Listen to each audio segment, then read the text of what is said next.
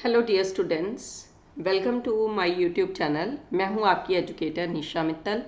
Guide कर रही हूं आपको सोल्यूशन के बारे में दिसंबर 2022 के कंप्यूटर साइंस के। तो ये है third part. Already 2 videos post कर चुकी हूं। सोल्यूशन सारे क्वेश्चंस के मैं कवर करवा रही हूं। कंप्लीट चीज़ ज़रूर कीजिए बिकॉज अपकमिंग पेपर में बहुत सारे क्वेश्चंस रिपीट होने के चांसेस होते हैं। Let's do first question of today session, that is this: how many spanning trees are can be found. इस डायग्राम में टोटल कितने स्पैनिंग ट्रीज बन सकते हैं। तो डियर स्टूडेंट, जब हम इस तरह की डायग्राम देखते हैं स्पैनिंग ट्री के लिए, स्पैनिंग ट्री कनेक्टेड होना चाहिए। जितने भी वर्टेक्स है एक दूसरे के साथ कनेक्टेड होने चाहिए, no doubt. And the most important thing ये है कि उसमें साइकिल नहीं होना चाहिए। तो मैं यहाँ से कुछ एजेस को रिमूव करूँगी। तो आपने नोट किया मैंने 2 एज रिमूव कर दिए, ये एक स्पैनिंग ट्री बन चुका। इसी तरह से मैं नेक्स्ट स्पैनिंग ट्री क्रिएट करने की कोशिश कर रही हूँ, दैट इज़ दिस। 2 एज इसमें से भी रिमूव कर दिए। नेक्स्ट स्पैनिंग ट्री कोशिश कर रही हूँ, दैट इज़ दिस। इसी तरह से next spanning tree I am going to create. तो मुझे अपनी ऑप्शंस के हिसाब से इसको प्रोसीड करते रहना है। मैं नेक्स्ट स्पैनिंग ट्री क्रिएट कर रही हूँ, तो आई हैव टू चेक कि मैं कौन सा एज रिमूव करूँ। तो I am going to create this, ठीक है। इसी तरह से नेक्स्ट स्पैनिंग ट्री क्रिएट करने के लिए मैं नेक्स्ट एज देखूंगी कि मैं कौन सा एज रिमूव करूं। तो मैं इसमें अब ये एज रिमूव कर रही हूं लाइक दिस, ठीक है। तो इस तरह से टोटल 6 तो स्पैनिंग ट्री हमारे बन चुके हैं। दैट्स वाई 5 ऑप्शन तो इसका आंसर नहीं आएगा। नेक्स्ट स्पैनिंग ट्री हम ढूंढने की कोशिश करते हैं। तो उसके लिए हमें कोई ना कोई एज रिमूव करना है, like I am going to remove this way। ऐसे ही हमें और भी क्रिएट करना है, that is this। सो अब इतने मेरे स्पैनिंग ट्री क्रिएट हो चुके हैं 8। मुझे देखना है क्या और क्रिएट होता है या नहीं। तो इसके लिए हम और पॉसिबिलिटी चेक करेंगे, पर समटाइम स्टूडेंट यहाँ पे स्टक हो जाते हैं कि 8 बन गए मेरे से, 9 या 10 ना हो कहीं ऑप्शन। तो हाउ टू चेक? आपका ये वाला एज 3 डायग्राम चेक करो जिसमें ये है नहीं। This is the first diagram, second diagram and this is the third diagram. 3 में नहीं है, ठीक है। तो इसलिए इसको रिमूव करके, क्योंकि 4 वर्टेक्स थे तो इसको 3 बार हमने रिमूव कर दिया है। एंड इसके साथ जितने स्पैनिंग ट्रीज को रिमूव करके बनने थे बन चुके। Second we have to check this. इसको चेक करने के लिए आप 3 डायग्राम्स देखो, वही first, this is second and this is third. तो इस एज को रिमूव करके भी 3 बन चुके। नेक्स्ट इसको देखिए, इसके साथ this is first, this is second and ये है थर्ड। नाउ इसको रिमूव करेंगे हम, दिस इज फर्स्ट, ये है second and this is third. अब हम सेंटर वाले को रिमूव करेंगे, ये है फर्स्ट, ये है सेकेंड, सेंटर को रिमूव करके ये है third and this is fourth case, ठीक है। तो आप चेक करो ये दोनों डायग्राम क्या और डिफरेंट है? यस, दीज आर डिफरेंट, ठीक है। ये भी डिफरेंट है, yes these are also different, ठीक है। तो सेंटर वाले की connectivity edge compare to others ज़्यादा है। ये वर्टेक्स बाकी 2 के साथ ही कनेक्टेड था, लेकिन सेंटर वाला वर्टेक्स आपका 1, 2, 3 के साथ कनेक्टेड है, दैट्स वाई, ठीक है। तो इस तरह से is there any another possibility? कोई और पॉसिबिलिटी बनती है, आप ट्राई कर सकते हैं। तो नहीं बन रही, इसलिए 8 option, fourth option 8 would be it's correct answer. 8 इसका सही आंसर होगा। डू दिस क्वेश्चन एंड कोई भी प्रॉब्लम हो आप लोग मुझे कमेंट सेक्शन में लिख सकते हैं, ठीक है। I will resolve your queries. Next question पे चलते हैं, that is this: Ethernet address is given to you, examiner wants to know about binary representation दी है, हेक्साडेसिमल पूछ रहा है।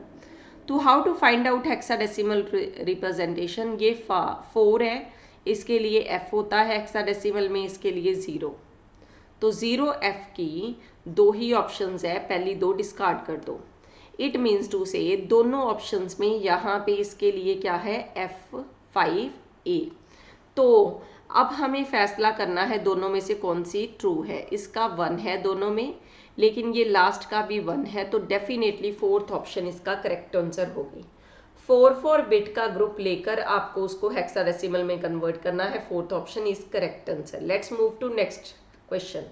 तो नेक्स्ट क्वेश्चन एक कंप्यूटर नेटवर्किंग का क्वेश्चन है, जो कि फर्स्ट टेक में तो ऐसे लगेगा अभी पता नहीं इस क्वेश्चन में क्या दे दिया है, लेकिन I am going to explain you, फिर उसके बाद आपको लगेगा this there was nothing to worry about in this question. Let's discuss.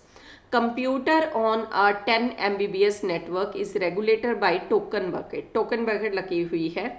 Token bucket is field, तो जो बकेट है टोकन बकेट है वो 2 Mbps की रेट से फिल हो रही है। ठीक है। It initially filled with the capacity with 16 megabits.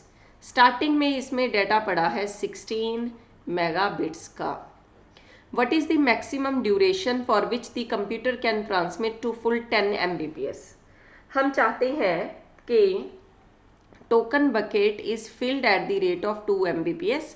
तो हमें बताना है यहाँ पे कि what is the maximum duration. हम मैक्सिमम ड्यूरेशन क्या लें सो दैट ये फुल हो जाए। ठीक है, this is the question. So basically how to do this question, ध्यान दीजिएगा। आपके पास टोकन बकेट में क्या होता है, what is mean by token bucket, जिसमें एक इनफ्लो होता है यहां से एंड यहां से क्या होता है आउटफ्लो। सो उसने बता रखा है 10 Mbps network is regulated by the token bucket. ठीक है, token bucket is filled at the rate of 2 Mbps and initially इसमें 16 मेगाबिट का डेटा है, 16 मेगाबिट का। So transmit at the full 10 Mbps। तो इसकी इनफ्लो एंड आउटफ्लो आपको given है। इनफ्लो दे रखा है इन्होंने 2 Mbps 2 मेगाबिट्स, आउटफ्लो दे रखा है 10 Mbps। मतलब डाटा आने की कैपेसिटी तो है 2 Mbps, लेकिन बाहर जाने की कैपेसिटी कितनी है 10 Mbps है। राइट, ठीक है। और इनका गैप कितना हो गया 8 Mbps। 16 मेगाबिट उसमें पहले से डाटा पड़ा है। राइट, तो ये total how many seconds 2 seconds 2 second total कितना टाइम लगेगा 2 सेकेंड्स लगेंगे एंड सारी बकेट ड्रेन हो जाएगी। What is the maximum duration for which computer can transmit full 10 Mbps। बताओ मैक्सिमम ट्रांसमिट बताओ जिससे सारा डाटा जो है ट्रांसमिट हो जाए।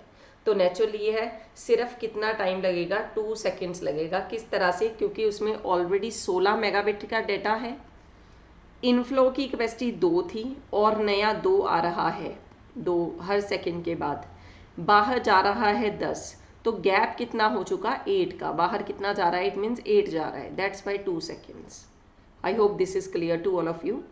नेक्स्ट क्वेश्चन पे चलते हैं। CRC coding. डेटा वर्ड आपको दे रखा है 6 वंस है, कहता है इसका डिवाइजर है 1010, इसका रिमाइंडर है 110। तो आपको बताना है कि आप कौन सा कोड भेज रहे हो, आप कौन सा कोड भेजोगे।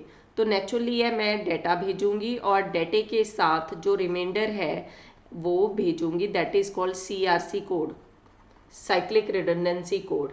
तो कौन सी ऑप्शन इसके साथ मैच करेगी, third option would be the correct answer. Without any simplification हम इस क्वेश्चन को कर सकते हैं, third option. Right, next question है 4 इनपुट न्यूरॉन हैज वेट। बहुत सारे क्वेश्चन रिपीट होते हैं सेम आपको पेपर्स में।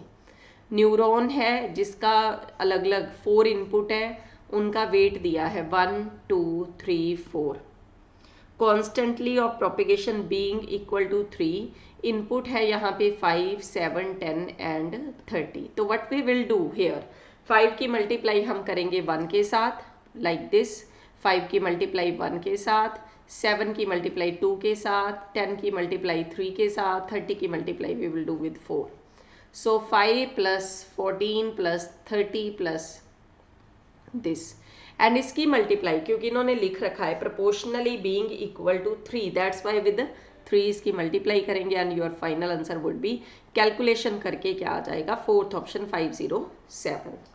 आई hope this is clear to all of you. Question आपको समझ लगे हैं, पर ज़्यादा टाइम ना होने के कारण मैं थोड़ा फास्ट पेस से चल रही हूँ। If you have any doubt और query you can post me in comment section. If you understand तो भी कमेंट सेक्शन में पोस्ट कीजिए। And the most important thing, done का मैसेज कमेंट सेक्शन में ज़रूर पोस्ट करो कंप्लीट करने के बाद। And those who want to join my regular classes use Unacademy Plus for NTA UGC NET।